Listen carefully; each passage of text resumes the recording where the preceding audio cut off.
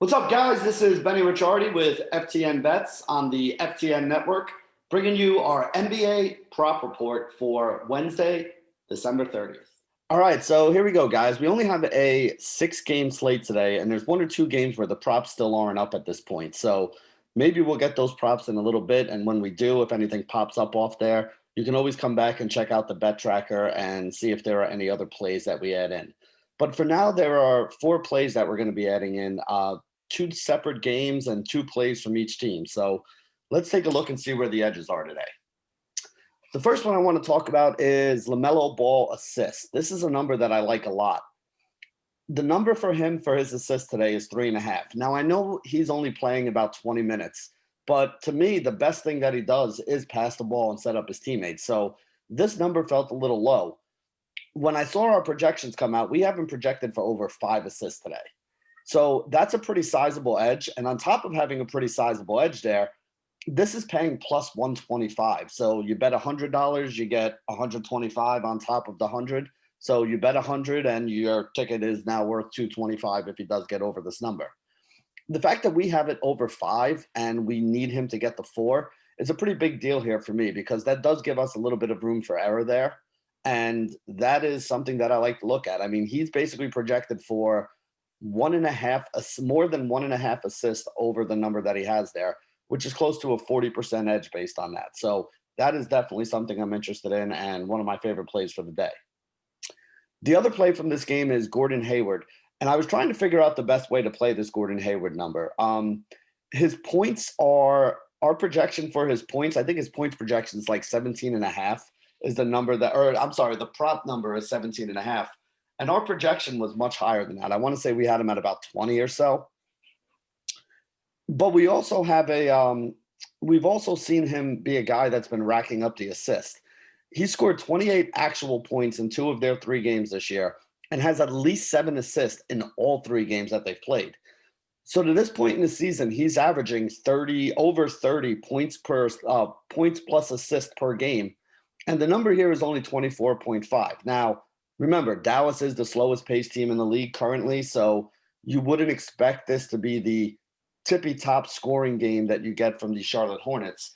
But again, you know, a guy who's averaging 30 and they're only asking us to get 24.5 or basically 25 to cash this bet, we have a nice margin of error there. It's about 20% above the number. So this is one that I'm willing to throw some money on too, especially on FanDuel, where you can get that points plus assist number at minus 102. Again, when you look down, there's the points, rebounds, assists we've talked about before.